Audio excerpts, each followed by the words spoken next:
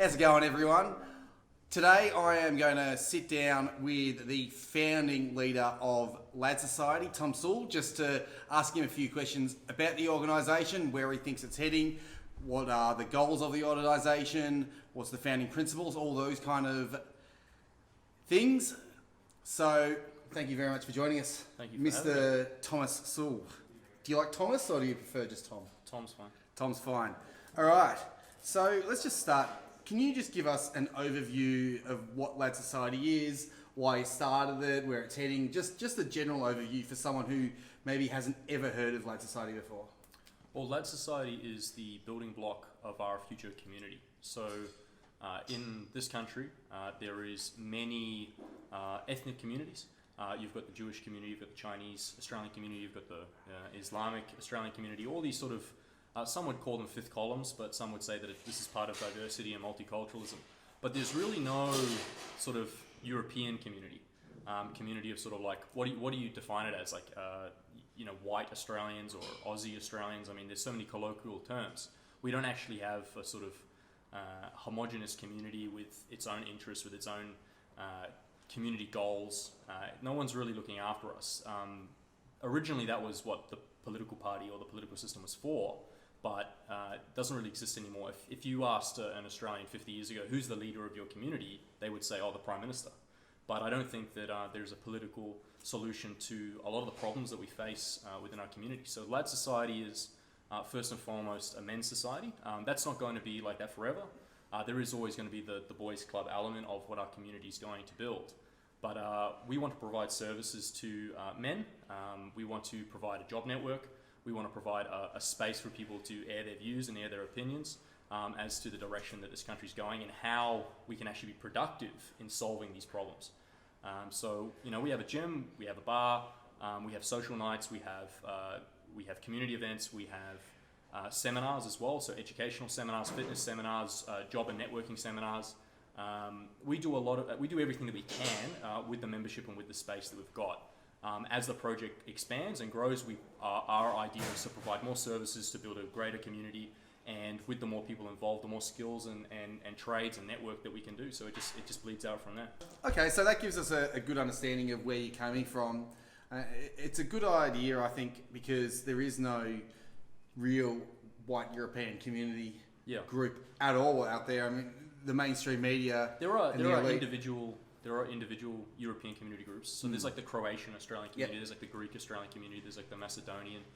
There's a lot of sort of micro community groups, but there's not an actual, like Australia was founded as a hybrid European colony, more or less. So it was, Germans and Dutch and Scandinavians and Italians and Greeks and Anglos and Celts and Scots. Yep. And there's no community group that actually represents the collective interests of all of these people put together. Yep. Yeah, so that's what our focus is. Yeah, great. So what kind of person do you see joining Lads? So you're obviously been here since the start. Yeah. But what kind of person comes through this door and says, I want to join Lads Society, or I've heard about you and I want to know what you're about, and then does eventually join? The most common people that we get are not necessarily an age group. It's not necessarily a trade or an occupation or even an identity. The most common people we get are people that want to be the change that they want to see. So people that actually want to get involved in something and actually make a difference. They don't believe necessarily that there is a political solution to the problems that we face as a community, as a culture, and as an identity in this country. There are people that are at a minimum, it's not a purely homogenous unit in terms of its political views, but it is homogenous in the sense that every member here identifies as a European Australian, as an Anglo-European Australian. That idea of, I have a European heritage, even if you're not of Anglo ethnicity, you believe that we have an Anglo parent culture. We speak English, we have English or Anglo institutions, more or less, and that's a big part of what identity is. That's what the Anzacs fought for and died for, and that's what we want to preserve. And with the sort of mess of where society is going at the moment, it's becoming further diversified and further multicultural. The members that we get are people that want to make sure that their heritage, that their culture, that their identity is carried through, and they want to be part of a collective that wants to preserve that as a whole. So you say it's people who are highly individualistic in terms of self-improvement, but also want something greater than themselves, to be part of something greater than themselves. It's balance, yeah. So although there are people that come here as individuals because they want to, there's self-interest in being involved in something like this. It is difficult in today's society to find work. It is a lot, especially in this country, who you know, not what you know. There's a lot of guys with degrees and skills and trades, but they don't have that network. So coming down here, you can find yourself work as a labourer basically instantly. There's always people looking for labourers. You can find yourself work in the security industry the moment you get your license, because we've got a lot of guys in the security industry. We've got guys in IT. Those are probably the three biggest: construction, IT and security. If you've got any interest in being in one of those three areas, we can help you find work basically straight away. So there is self-interest in being involved in that. Excellent. Excellent. You mentioned that a lot of people in LADS may not view a political solution as a viable option at this point in time, and I tend to agree, because I don't see any of the major parties, any of the establishment politicians actually acting in the interests of the body politic, of the true body politic of Australia, so Australian people as set out by the founders of the country. That being said, do you see LADS as being a potential political force in the future, or is it purely a community group? Well, I believe that politics is an arm of community. So we must focus on building our community first, outlining what is our community, what is the left and right of its arcs, what is its interest, what does it want to achieve, and then politics is supplementary to that. So it's an extracurricular activity as far as I'm concerned. You have to have a political arm at some point in order to protect your community, just as you need a legal arm, just as you need a financial arm. You need to have many of these things to support and protect the sovereignty of that community. Without being involved in politics, we would certainly be regulated, and the bureaucrats would come involved and break apart what we're doing very, very quickly. They would change laws that would not be in the interests of our community to try and break apart what we're doing, and they would do things in the future when we have our own housing communities, when we are all living together, when we colonise a suburb, which is part of our intention.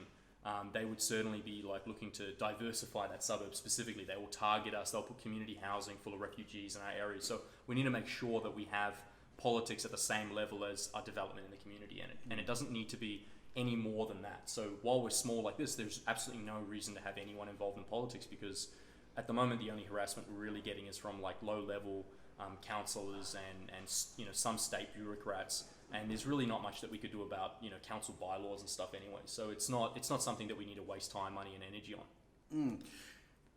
Great, because that actually leads into my next question, which is, what kind of resistance are you actually getting from the establishment in terms of political resistance? Are there people actually trying to stop you from having a premises? Just, are you able to give us any details on the kind of resistance you're up against? Yeah, so the simple resistance is the useful idiots of the system. So you've got people that are politically inclined opposite to what our belief is, and they act as a fifth column in themselves that undermine the sovereignty of the nation, and they basically attack any natural resistance to preserving the current nation state or really advancing it in any positive direction. They want to advance it in their own allegedly progressive direction. And they will actively attack anyone that wishes for the opposite. They have thrown bricks through our window. They've done some sort of biological warfare to us, which was interesting. Biological warfare? What do you mean biological warfare? They've tried to pump literal shit under our door. Biological. We've got all these people. Bioweapons. Yeah, we've got all these people on camera. They probably don't know that yet, but we know who these people are. We know where they come from. We know what groups they're involved with. We're very well versed as to who these people are and what their objective is, and the only language that they actually speak is force. And we're not involved in any retaliation or anything like that. We just want to continue with the project, building our community, doing what we're doing. But we will make an example of these people very soon. The next one we catch, we certainly will make an example of them. But that's really the only resistance we're getting, is these sort of people that want to take it in their own hands and harass our community. We're not interested in what they're doing, but they're very afraid of what we're doing. We just want to leave them alone, and good luck with their sort of destabilization of society. We want the same thing. We also want them to destabilize society so that we can further build our community, because our people are not politically awake and politically active because society is too stable. They're too comfortable in their golden cage. So I'm an accelerationist. Most of the guys at the club are accelerationists. I support what these Marxists are doing. I think it's brilliant. They're literally biting their own hand that feeds them. So outside of that, we've got low-level council stuff. They've got these people, these groups, they're a bit more organized than us at this point in time because they've been doing this for 20, 30 years, some of them even more. And so they've got people in local government and council and stuff like that. They've got friends, they've got networks, and this is part of building a community. They've been doing this for a long time, even if it's just subconsciously. And so they use their resources within state and local government to basically just embed us in bureaucracy. So there's about like 20 different permits that they allege that we need, and they want to take us to court. But we don't play their games. We don't play into their nonsense. I keep things as low impact as possible, and as what's it called, no frills.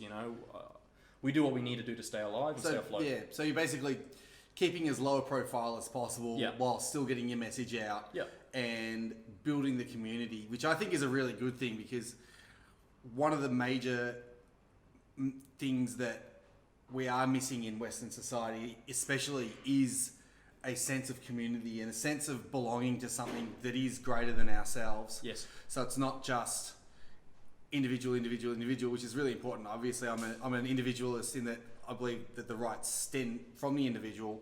However, an individual can't protect those rights on their own. They require a collective, a group of people. Yeah. I mean, a collective is a word that I always associate that with the Borg from Star Trek. But when you say collective, I guess you mean a group, just a wide community of people who are interested in the same end goal ultimately. So they all have the same goal. Which is not some evil conspiracy or plot or plan. It's literally just, we want to preserve our culture, our identity, our way of thinking, everything that has been fought and built and bled for. And that's been given to us as a gift. We didn't we didn't do it ourselves. It was given to us, and it's our duty and it's our right to preserve it. And anyone that thinks that that their duty and right and existence on this planet is to deconstruct and destroy that, well, they're literally some variant of mentally ill. They want to literally destroy what has been given to them as a gift. It's kind of like inheriting $1 million and then just giving it to like a whole bunch of different charities in Africa. It's like you don't have the right to do that. Your parents earned that money. Your parents built that with hard work, sweat, and tears. It's your responsibility to use that money to then create even more money and resources for your family. This is natural order. These are these basic principles of life. But these people are the kind of like corrupted, brain virus people that literally would do stuff like that. Yeah. They're delusional. These are the Antifa types that I would imagine they're the ones who are giving you the most. Antifa are generally just sexual deviants, and they're just a weird collection of people that think that they've got something physically to lose from people like us organizing. They think that we're going to attack them. They think that we're going to stop them from doing whatever they're doing. We don't want to stop them doing what they're doing. What they're doing is great. They're showing the wider society what happens in chaos, what happens without order. So there are useful idiots just as much as they're the states. Yeah. Without Antifa, without these idiots, without these sexual deviants, people wouldn't ever feel the need to have an alternative. They would just maintain the status quo, and the status quo is truly evil. The globalists that control us are truly evil people. They're morally corrupt people, and Antifa and all these sort of things are a concoction of them. They're a byproduct of a broken and chaotic society. So just to pivot a little bit, away from deep. That was quite deep. It was a very deep content on this video. But I want to just discuss something, we sort of touched on it with the globalist thing, but what I want people to really engage with and really open their eyes to is their own identity as a white European, and to be able to, because like you said, it's that you inherit it from the people before you. Exactly. So it's your genes, it's who you are, it's your core as a human being is your racial and ethnic identity, and this is what a lot of globalists have been trying to say. No, it's bad, but only if you're white. Only if you're white. Exactly. Only if you're white. Obviously, it's great if you're anything else other than white. So what I want to do, what I think needs to happen in order to build this new society and actually change the world for the better, is for us to re-engage white consciousness and get white people to start realizing who they are in terms of their ethnic and racial identity. So what do you think? Just everyday people, because obviously most people watching this aren't going to be members of Lad Society, but they are potentially going to be interested in that kind of issue and European identity and what it means to be a white person in the world and an Australian individual. So what do you think people should be doing in their everyday lives to grow that just on their own? assuming they don't have a platform or they don't want to do YouTube videos or whatever it is. Well, if you don't want to be involved in Lad Society, you either need to create your own community group, or join a pre-existing one. Yeah. If you are a white person and have an understanding of white consciousness, you need to be involved to some capacity in creating a community of like-minded people. If you do not do this, then you deserve the fate that's going to be due for you, which is like South Africa. It's where white people have to live in compounds. They're under threat every day. They drive around armored vehicles, with bulletproof glass to work, so that they can be the white surveyor of the coloured labour, and live this bourgeois kind of golden cage lifestyle. Or they live out in the middle of nowhere and, are under huge threat of farm attack and all this sort of stuff. So if you are not actively working towards building a community, if you're not actively working towards building a group of like-minded people to solidify your place in society, well, you don't deserve that place in society. You will, like Mike is right, you will be conquered by people with stronger cultures that will come here and they will maintain their consciousness. They will maintain what they are in their genetics, in their DNA, and culture bleeds out from all these things. So what I would say is get involved in a project like ours or someone else's, or build your own if you don't like what we're doing. Otherwise, you deserve your fate. Yeah, and would you say part of that would be just talking to friends and family members about these issues and just being unafraid to absolutely. hurt people's feelings?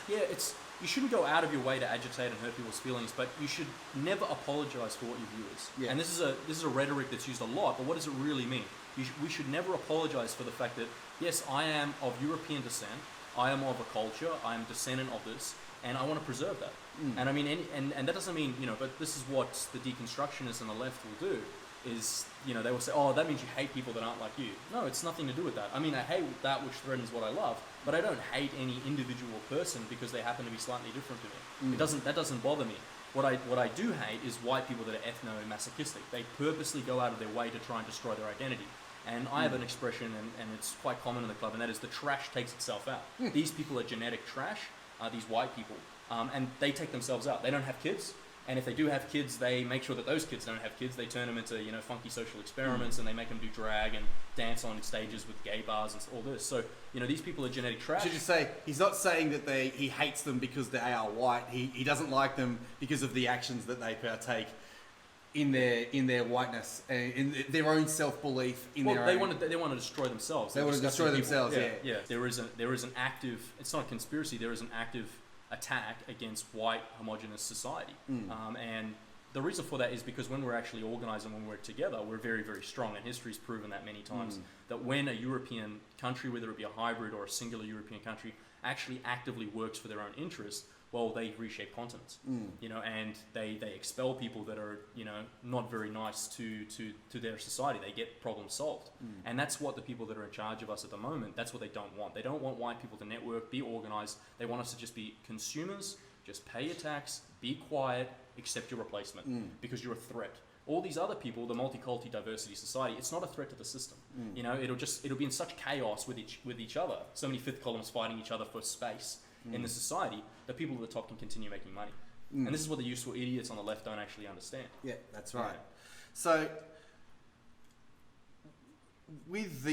just wanted to step back a little bit to a few weeks ago. Yeah. To the Radio National background briefing. Let's call it an expose or anti-community propaganda. Now, you obviously watched that. You've seen my video regarding that. On the Young Nationals thing. On the Young Nationals. They did a big thing on Lad Society for the first 10 minutes. Is there anything that you wanted to say in response to that, or did you just want to leave it be? I don't know if this is a repeated talking point, but one thing that I will say is that it's very interesting that when any community group or any organisation or any collective of people that have a common view or a common interest or a common goal, when they get involved in politics, it's called democracy. Yeah. Right? Like when the union gets involved in politics, well, that's democracy. Yeah. Right? Like they've got a common goal, they've got a common interest, they've even got their own organisations. Yeah. When they do that, it's democracy. When the Sudanese community wants to get involved with the Liberal Party, that's democracy. When the Chinese Communist Party, wants to get involved in politics in the Liberal Party and funding these people, that's democracy. But when a bunch of young white guys that all go to the gym together, when they have a common interest, which is to protect their own identity, when they get involved in politics, it's subversion, it's entryism, it's branch stacking. it's some tyrannical, there has to be an expose. And, the only statement I have to me is it's literally democracy for me, but not for thee. Yeah. And we're on the receiving end of that. So, and that's just the challenges that we face at the moment, but it won't be forever. And that sort of ties back into one of the questions and points from earlier, where you said that a political solution at this point in time is something that's either not going to happen or is very, very difficult, just because there are so many powers so many people in positions of power and so much money stacked against. And we don't have either of those things. Exactly. Yeah. It's a very difficult thing to just get straight in there without the money, without the connections, without the networking, and what you're doing is sort of being the acorn to sprout the tree. Exactly. Politics has to bleed out of community, not the other way around.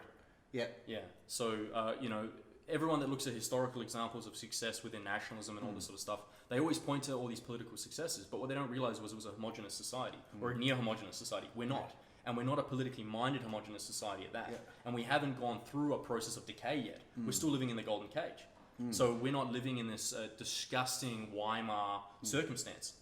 We are culturally, people don't realize yet, but everyone earns such a good paycheck, they're putting bread on the table. They don't actually see really a necessity to have significant change. And there's never going to be any successful political upheaval of society. There will be a social and economic decay, and then politics will come in after that. Yeah. And the communists and stuff say, that's reactionary, but that's reality. Nature's reactionary. So, that's why I don't invest any time in politics anymore. I'm not interested in debating. I'm not interested in talking about it. We have to build a community by providing services to our people and by defining what our people are. Great. So you've answered these questions very well. I think hopefully people have a really good understanding of where you're coming from. One thing I wanted to point out as well, from what I've noticed from being here, is how many young people have joined Lads. Like how many, even 25 or younger. Yeah. So I'm 33. I just turned 34. But there are lots of people, you'd be late 20s? 25, yeah. So it's 25, 18 to 25 seems to be quite a dominant demographic in Lads.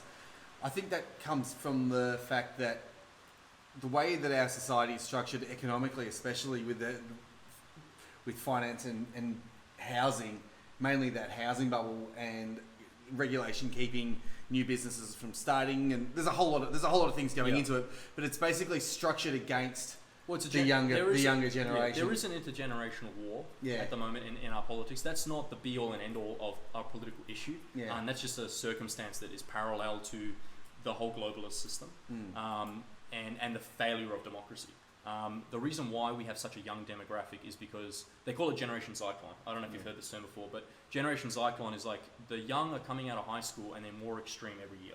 Yeah. Like we have young guys coming out of high school and joining the club, and people think that I'm a radical and I'm extremist and I'm going to radicalize these kids. These kids are radicalizing me. Yeah. I'm trying to de-radicalize them. I'm getting kids coming out of high school that are just so far down the line. Like me and my colleagues, when we were their age, we were nowhere near, we were still like libertarian, kind of right-wingish, we weren't anywhere down as far down the line as they are. And that's because, the hardest, the most precious of diamonds come from the hardest pressures in the earth, So it's that same mentality. It's like the most radical people come from the Weimar conditions. And you've got young white boys coming out of high school, and what if they learned from their last 6 years of education? When they do worse than everyone else, that's a good thing. When they fail, that's a good thing, because it means everyone, when other people are succeeding and they're not, it's a good thing. When girls are more scoring better and going to uni and stuff, that's a good thing. Yeah. That's equality. Their downfall is equality. It's progression. Their failure in life, and they're basically being programmed that you're oppressive, you're evil, you're the product of a white supremacist male patriarchy. And the reason for this is we've got, these disgusting cretins that have these beliefs. They go through university, it reinforces these beliefs, and what do they do at university? They become teachers. Then they that's how they breed. That's how leftism breeds. It doesn't have children, and if it does, it still does that same process. But that's the minute of its breeding. Its breeding is through the healthy minds of our kids. But there's always going to be an equal opposite reaction. Yeah. So we have a lot of young guys that want to get involved because they can see how bad society's getting, and they don't see a future for themselves in this society. And so we need to give them hope. The biggest part of our organization is providing hope for the future. There is an alternative. You don't need to be a neat and antisocial and sit at home and complain about the internet. It's done. It's over. There's no more complaining on the internet. Get involved in something, even if it's creating your own thing. But getting involved with us is a positive, productive action, because the more numbers we have, the more resources we have, the more skills we have, the further we can push our community interest. So that's what I would say. That's why we're getting so many young guys. It's a concept that they can see the writings on the wall. They can see that it's like they're never going to afford a home, and if they do, it's going to be in the middle of nowhere, right? They're going to be spending 2 hours, in traffic every day to get to work for some dead end job, that they had to go to university for 4 years, and they're in all this debt. Like the whole thing is geared against them. They'll never be able to, probably not until they're 40 will they ever be able to even afford a family, to have a family. So it's just they can't even breed. So it's like, how can we continue white people even existing in this country if we don't even have the economics geared for us to breed? And every year it gets harder. And it's interesting you say that, because it's sort of like that action is creating a reaction. Yeah, and I'm sure you already know the statistics on polling, in the Generation Zyklon, Generation Z are the most right-wing conservative in basically because since polls have been started. Yeah, because they've been brought up in chaos. Yeah. So they want order. You bring people up in chaos, they want order. You bring people up in order, they probably want chaos. So there's always going to be that slight reaction. But when you've got these kids growing up in just like the nonsense they're being, like we thought we were being taught nonsense in high school. Yeah. I get 18-year-old kids walking in, you have no idea what we learn in year 12. Yeah. Like it's just all this LGBTQIA plus, not like it's just like, safe schools is a minute fraction of what, we've got teachers in high school that have kids come into class and the teachers are active Marxists on their Twitters. I've had a kid that's come in here and he's shown me the Twitter of his teacher and it's literally kill all white men. Really? Like not even exaggerate. It literally is kill all white men. Like when old white men die, I'm happy. Like just the most insane shit. These people will never lose their jobs. They'll never get doxxed. Of course not. Like, these people are the most disgusting creatures that man could possibly fathom.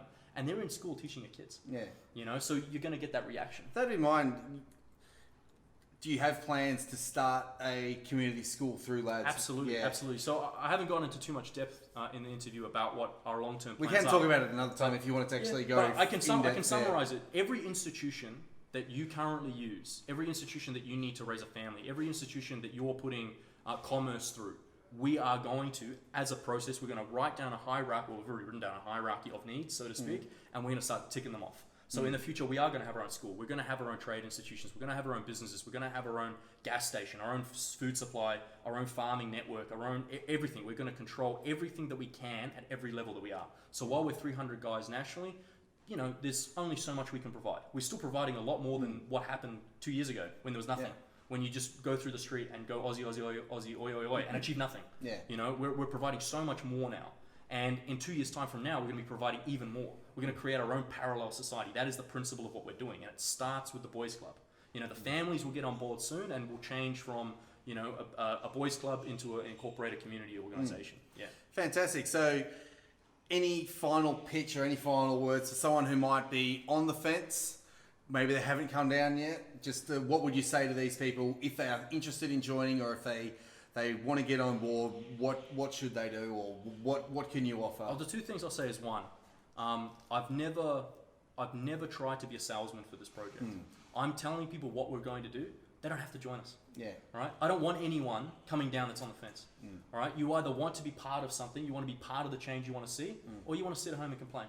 Yeah. Right. So you can lead a horse to water, you can't make it drink. When people are thirsty, they'll come. Every person that is worth their weight will come and join our organization at some stage when they see it in their self-interest. So right now it's a boys' club. There's the risk of issues with work. Maybe, I mean, how are they going to know you're part of a gym? So I'm not going to entertain that idea. But like at this stage, it's like there's not much to gain from it. But when we've got our own housing community, when we've got our own business, when we've got our own institutions, when we've got our own TAFE and our own schools and our own everything.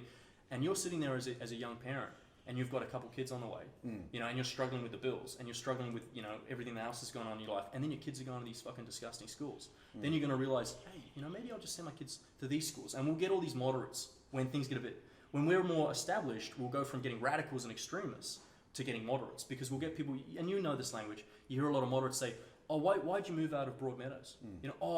Ringwood, it's quieter, it's got nicer schools, and for people in Sydney and stuff that are watching, it's like, oh, why'd you move out of Bankstown? You know, why'd you move to the North Shore or whatever? It's like, oh, you know, the schools are nicer. You know, oh, it's quieter. You know, we'll get all these people, right? So everyone will join. Just dancing around what they're actually trying to say. And it's demographics. It's demographics. They want to be around. They want to be around their own demographic. That's all it is. And they can say that we're racist and evil and Nazis and all this all they want, but they'll join us. They will. When they see what we create, they'll join us. The second thing is how to get involved. Message the page. Message the Facebook. We've got a website. We've got an email. And down here in Melbourne, we're very public with where we are. Come down on a Monday or Friday, after 5 o'clock, after 6 o'clock.